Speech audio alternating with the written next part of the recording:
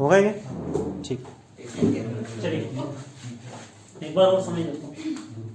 यहाँ पर देखिए हम समझने जा रहे हैं द्विनिषेचन की क्रियाविधि।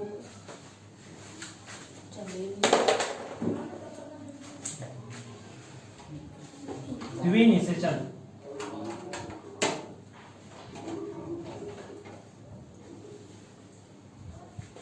आवृत बीजी पादपों में, जो आवृत बीजी पादप होते हैं मतलब जिनके बीजों के ऊपर आवरण पाया जाता है, इसे आवृत बीजी पादपों में द्विनिषेचन की क्रिया होती है। और द्विनिषेचन की क्रिया के फलस्वरूप भ्रूणपोष का निर्माण होता है और वह भ्रूणपोष भ्रूण के पोषण के लिए आवश्यक पोषक तत्व उपलब्ध कराता है। ठीक है, तो द्विनिषेचन की क्रिया जैसा कि नाम से स्पष्ट है कि इसमें निषेचन की क्रिया 2 बार होती है। ठीक है, आप जानते हैं कि पुष्प का जो मादा जननांग होता है वह मादा जननांग जायंग होता है। जायंग की जो इकाई होती है वो स्त्री केसर होती है। ठीक है, तो स्त्री केसर का जो सबसे ऊपरी भाग होता है वो होता है, ये जो ऊपरी भाग दिख रहा है आपको, ये वर्तिकाग्र है ना। और जो ये नलीनुमा भाग है इसको हम कहेंगे वर्तिका। ये फूला हुआ भाग है इसको हम बोलेंगे अंडाशय या ओवरी।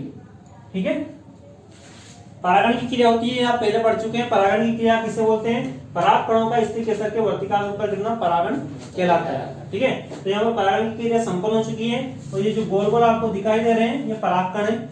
ठीक है, तो परागकण जब वर्तिकाग्र पर पहुंच जाते हैं, क्योंकि वर्तिकाग्र की जो सतह होती है वो चिपचिपी होती है, परागकण भी चिपचिपे होते हैं और परागकण वर्तिकाग्र पर चिपक कर अंकुरित होने लगते हैं।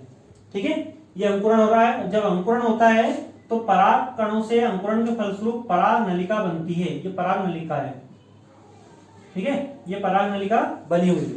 ठीक, अब ये पराग नलिका वृद्धि करती हुई वर्तिका के अंदर प्रवेश करती है और यहाँ पर इस पराग नलिका के लिए मार्ग को प्रशस्त करने के लिए जो भ्रूण कोश के अंदर 2 सहायक कोशिकाएं आप देख रहे हैं, इस सहायक कोशिकाएं एक प्रकार का रसायन स्त्रावित करती है और उस रसायन की गंध पाकर या उस रसायन के द्वारा मार्ग पाकर ये पराग नलिका उसी दिशा में वृद्धि करती जाती है और भ्रूण और ये जो बीजांड द्वार है, बीजांड द्वार के द्वारा बीजांड द्वार में प्रवेश करके और भ्रूण कोश में ये पराग नलिका प्रवेश कर जाती है। ठीक है, तो आपने देखा कि पराग कण में अंकुरण हुआ, अंकुरण के फलस्वरूप पराग नलिका बनी। पराग नलिका ने सहायक कोशिकाओं द्वारा स्त्रावित रसायन की गंध पाकर उस रास्ते की ओर वृद्धि करी और बीजांड द्वार से प्रवेश करके ये भ्रूण कोश के अंदर प्रवेश कर जाती है। ठीक है, इसी दौरान जो परागकण का केंद्रक है ये एक केंद्रक 2 भागों में टूट जाता है, क्योंकि दोहरा निषेचन है, 2 बार निषेचन होने वाला है। तो एक केंद्रक परागकण का एक केंद्रक 2 भाग में विभाजित हो जाता है और दोनों ही केंद्रक इस पराग नलिका से रुड़कते हुए भ्रूण कोश के अंदर प्रवेश कर जाते हैं। यहाँ पर आपको 2 केंद्रक दिख रहे हैं।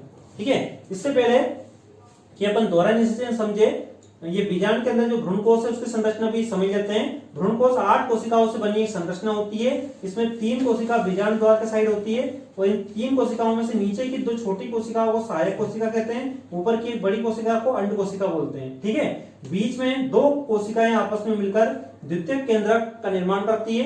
ये बीच में होता है द्वितीयक केंद्रक और ऊपर निभागी छोर पर 3 कोशिकाएं होती है जिनको हम प्रतिमुख कोशिकाएं कहते हैं। ठीक है, अब आप देख रहे हैं कि 2 केंद्रक भ्रूण कोश के अंदर प्रवेश कर चुके हैं, 2 नर केंद्रक भ्रूण कोश के अंदर प्रवेश कर चुके हैं। इनमें से एक नर केंद्रक अंड कोशिका से सहयोग करता है। ये सहयोग अपन ने ऊपर दर्शाया है।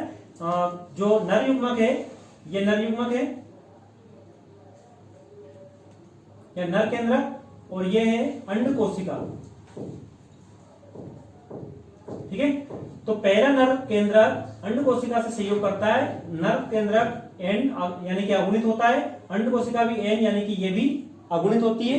ठीक है, तो अगुणित नर युग्मक अगुणित अंड कोशिका से सहयोग करता है तो एक द्विगुणित रचना बनती है जिसे हम जायगोट या युग्मनज कहते हैं। ठीक है, तो अगुणित नर युग्मक अगुणित अंड कोशिका से सहयोग कर एक द्विगुणित संरचना बनाता है जिसको हम जायगोट कहते हैं। ठीक है, इस प्रकार के निषेचन को सत्य निषेचन कहा जाता है क्योंकि इसमें जायगोट का निर्माण हो रहा है, इस कारण से इसे सत्य निषेचन कहा जाता है। और यह जो जायगोट है यह आगे जाके भ्रूण का निर्माण करता है। ठीक है, इसके बाद जो दूसरा यहाँ पर देखिए जो दूसरा नर युग्मक है वो द्वितीयक केंद्रक से सहयोग करता है, द्वितीयक केंद्रक और दूसरा नर युग्मक। अब यहाँ पर देखिए दूसरा द्वितीय नर युग्मक है जो कि अगुणित है, द्वितीयक केंद्रक जो कि द्विगुणित है, यानी कि इसमें गुणसूत्रों की संख्या द्विगुणित है और इसमें गुणसूत्रों की संख्या आधी है, यानी कि ये अगुणित है। ठीक है, तो अगुणित नरयुग्मक द्विगुणित जायगोट से सहयोग करता है और एक त्रिगुणित संरचना का निर्माण करता है। यह त्रिगुणित संरचना जो होती है वह आगे विकसित होकर भ्रूणकोश का निर्माण करती है। तो इस प्रकार से सत्य निषेचन के फलस्वरूप भ्रूण का निर्माण हुआ और असत्य निषेचन के फलस्वरूप, दोहरे निषेचन के फलस्वरूप भ्रूणकोश का निर्माण हुआ। यहाँ पर एक ही क्रिया में दो बार निषेचन होता है, इस कारण से इस घटना को हम कहते हैं द्विनिषेचन। ठीक है, बीज के अंदर जो भ्रूणकोश होता है वो भ्रूण के लिए पोषण उपलब्ध कराता है, भ्रूण के लिए आवश्यक पोषक तत्व उपलब्ध कराता है। ठीक है, इस तरह से विषम परिस्थितियों में भ्रूण बीज के अंदर जीवित रहता है और जब लंबे समय तक भ्रूण बीज के अंदर जीवित रह सकता है और जब भ्रूण को अनुकूल परिस्थितियां मिलती है तो वह अंकुरित होकर पौधे का निर्माण कर लेता है। ठीक है, तो ये आपको हमने द्विनिषेचन की क्रिया को समझाया।